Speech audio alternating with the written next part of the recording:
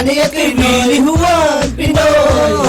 Talakayan, nakikinig ang buong sambayanan Pinoy.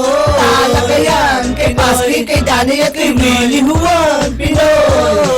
Talakayan, nakikinig ang buong sambayanan. Simula alas 4 hanggang alas 5, magbasa ka ng dyaryo, tumutok sa radyo, kasama ang tatlo sa araw ng linggo. Mga maaasahan na tunay na katoto. Kung meron kang issue at mga komento, kung meron katanungan, pwede kang magreklamo sa programang talagang #1 sa estasyon na maaasahan. Huwag mahihiya na ito ay banggitin, sigurado na ikaw ay papansinin. Ang talakayang talagang kakaiba, kung nakikinig ka, Pinoy kang talaga. Pinoy. Talakayan, kay Paski, kay Danny at kay Willie Juan Pinoy. Talakayan, nakikinig ang buong sambayanan Pinoy. Talakayan, kay Paski, kay Danny at kay Willie Juan Pinoy. Talakayan, nakikinig ang buong sambayanan. Ang ating gobyerno ay walang ginagawa, kaya ang kahirapan ay lalong lumalala. Kawawa naman ang lahat ng dukha na hanggang ngayon kahit isang tuka. Ang ating kalikasan na di maiiwasan, kahit na anong gawin, siguradong mababawasan ng bahay sa lakas ng bagyo na walang ginawa kundi ang mamerwisyo. Ang ating komunidad, probinsya o syudad, hindi na aasenso kung walang abilidad. Bata o may edad, siguradong mahuhuli ng mga pulis, PNP, Intel, Cavite. Mahilig lumiskate, walang warrant o pares. Ang dapat sa inyo, ang tsapa ay inaalis. Kaya ang panawagan ko sa ating Pangulo, gawin nyo ang lahat para ang tao'y di sumuko. Pinoy. Talakayan, kay Paski, kay Danny at kay Willie Juan Pinoy. Talakayan, nakikinig ang buong sambayanan Pinoy. Talakayan, kay Paski, kay Danny at kay Willie Juan Pinoy. Talakayan, nakikinig ang buong sambayanan Pinoy. Talakayan, kay Paski, kay Danny at kay Willie Juan Pinoy. Talakayan, nakikinig ang buong sambayanan Pinoy. Talakayan, kay Paski, kay Danny at kay Willie Juan Pinoy. Talakayan, nakikinig ang buong sambayanan Pinoy. Pinoy. Pinoy.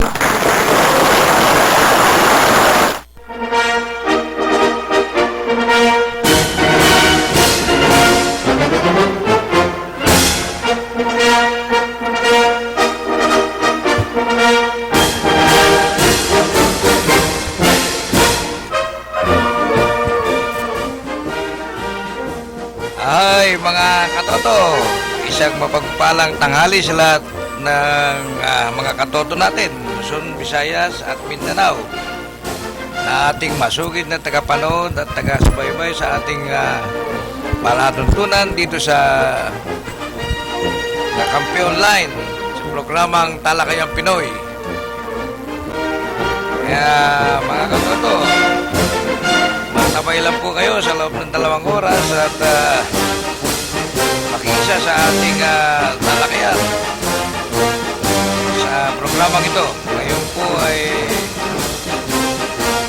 ika-12 ng Oktubre, araw po ng Miyerkules, sa buwan ng Oktubre 2016. Narito po kami ngayon, mga katoto, upang pasiglahin ang inyong nakalipas sa tanghalian sa pamamagitan ng paghahatid ng mga pinakasariwang balita sa loob at labas ng bansa at mga balita sa ating kapaligiran.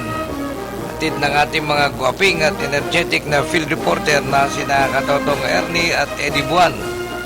Gayun din si Katotong July, kabilang na si Katotong Albert Guanzon Lawin mula pa sa Middle East, kung saan binibigyan din po natin ng pansin ng mga maiinit na issue sa kasalukuyan, partikular na sa bansang Middle East.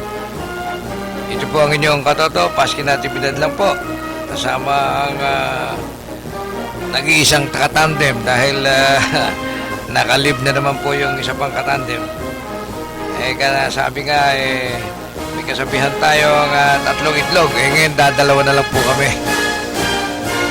Ngayon po ay ang itlog naging bibi na. Kwek, kwek, kwek. Kami po ang dalawang itlog na naging pato. Kwek, kwek, kwek. Patid nyo ba kung bakit? Tanungin natin si Katotong Engineer Willie. Kwek, kwek, kwek. Kaya po tumutok lang mga katoto at makibahagi sa loob ng 2 oras na talakayan, balitaan at tuntahan na tiyak na kapaki-pakinabang.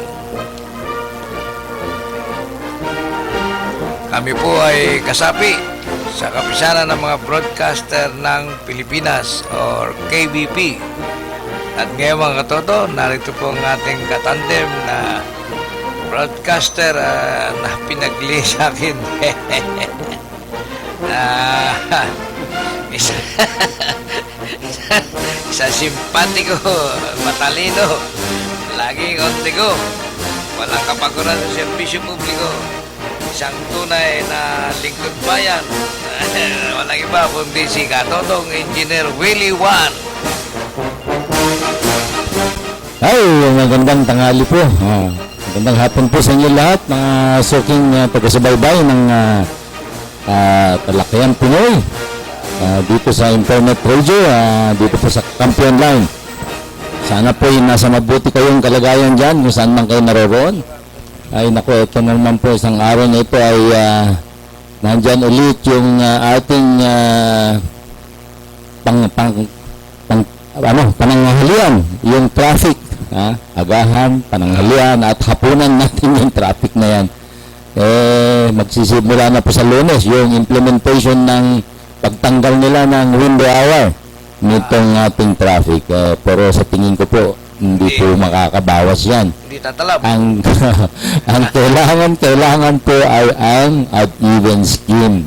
Yan po yung ating suggestion bilang naging traffic engineering and management consultant ng mga proyekto ng araw dyan sa MRT3, Skyway at LRT2 at sa Ayala Interchange, sa BCDA flyover to Buendia at saka sa Bagong Ilog flyover. Tayo po nung araw, panahon ni FBR ay naglingkod bilang traffic engineering and management consultant at tayo naniniwala na pagtatanggal ng window hour sa between 10 o'clock to 3 o'clock every day ay hindi po makakatulong po ito, no? Ang makakatulong po sa pagbawas dyan, tinatawag natin vehicle volume reduction, ay yun pong ad-even. Ibig sabihin yung odd numbers ay wala po sila ng Lunes, Merkules at Biyernes, at yung mga even ending naman ng plaka ay dapat wala sila dyan sa ng Tuesday, Thursday at Sabado. Yan po during rush hour po, no? So ibig sabihin doon sa mga ibang time na pwede na silang lumabas kasi po yung ating rush hour nandyan po lahat ang ikang activity natin, no? Mobile activity, mga pumapasok mga bata, no? Sa elementarya, high school at kolehiyo at pag-uwian naman yan sa hapon. Kaya kailangan po din natin bawasan. At yan din, nakasabay din yung mga pagpasok ng mga taong gobyerno, mga taong papasok sa pribado, opisina. Kaya yun po yung dapat gawan natin ng paraan. Of course, ngayon, saan sasakay itong mga may kotse na dating, nagdadala ng kotse na dating kasama lang dyan sa yung dating number coding, di sumakay po sila sa public transportation. Nandiyan naman po ang mga bus, mga jeep, mga taxi, mga UB. Nandiyan po yung mga Uber. Nandiyan po yung ating MRT. Pwede pong pagtsagaan yan. At nandiyan ang LRT. Nandiyan po ang PNR. So, ganun lang po. Kunting sakripisyo lang. Kasi kung lahat tayo magsabay-sabay sa kalye, araw-araw pong ganyan talaga kung magdudusa tayo. Wala pong mangyari. Kaya ating tinatawagan ng Department of Transportation at ang MMDA, ating mga local governments, magpulong-pulong na po kayo. Tayo po hindi obra. Wala po halos mababawas yan pagtanggal ng window hours. Dapat ang bawasin 50% which is at even. Yan po. Balik na sa iyo. Okay. Classmate, At subaybayan din po ninyo kami na log in sa Ustream. Buksan ang inyong Facebook account sa inyong mga cellphone at computers sa aming website and search ang www.tv/channel/Kakampi Online.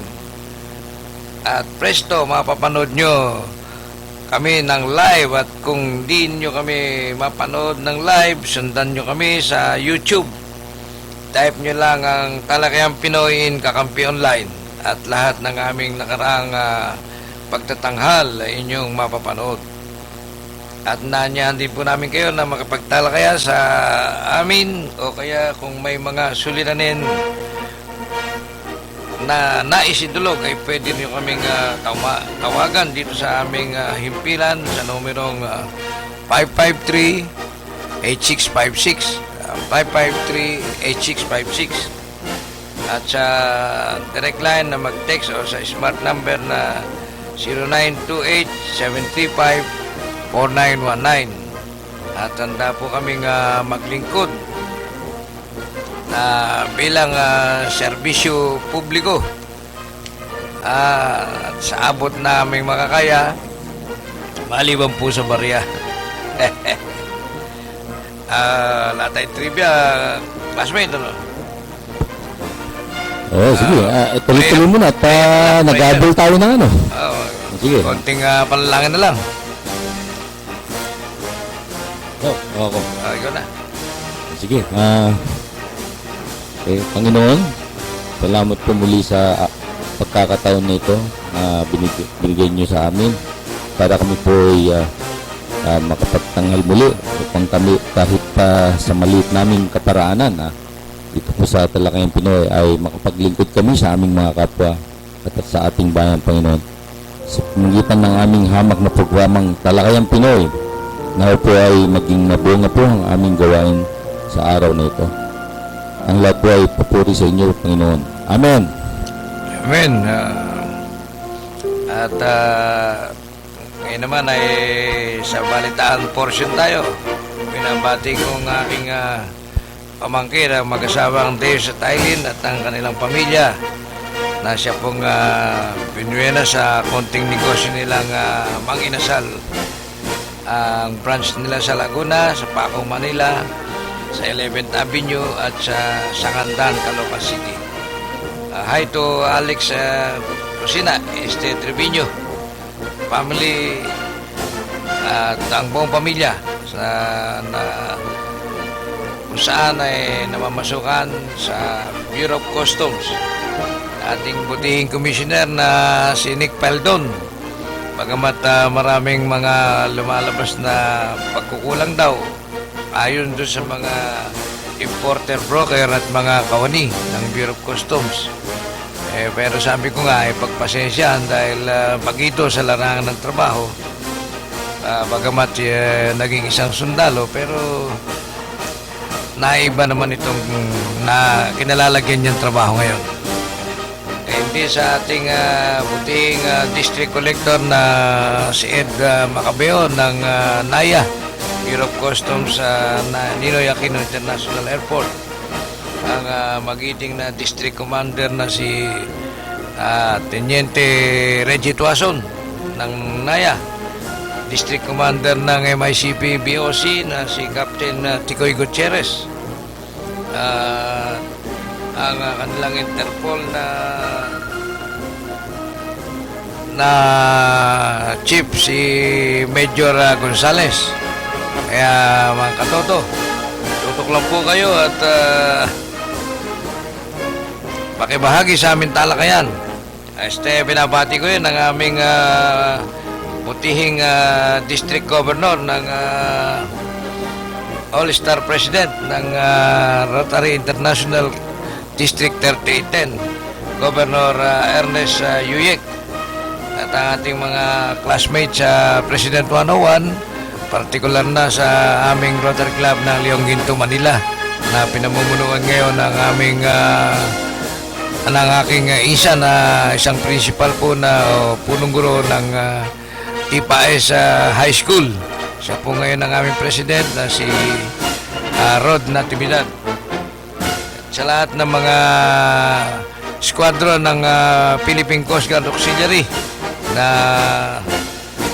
kung saan napabilang tayo sa Squadron 104, sa ating mga kasama, at binabati rin natin na ngayong araw na ito ang pagdiriwang ng ika-115 taon ng Philippine Coast Guard na pinamumunuan ni Rear Admiral William Melad, na mamayang hapon po alas 3 ng hapon sisimula ng programa kung saan ang guest speaker ay ating butihing Pangulo si Digong Duterte.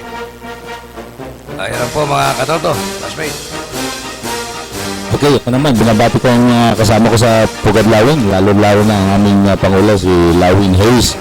At of course, yung mga iba pang kasama, si Lawin Grant, si Lawin Buchanan, Lawin Merkel, sila Lawin Eisenhower, Lawin Macapagal, at saka sila Lawin Ford, sino ba ba? Lawin Tamaraw, Lawin Madison, at yung iba pang nakasama sa meeting namin kagabi doon sa AYS Motor Shop sa Pasig, no? At of course, ang aming national president na si Lawin Coco Ariar na naghahanda ngayon para sa isang Board of Governors meeting itong darating na Sabado diyan sa San Pedro, Laguna. At of course, congratulations sa aming pambansang Pangulo na si Lawin Coco Ariar sa kanyang proyekto na mag-donate ng communications system, high frequency radio communication system para sa province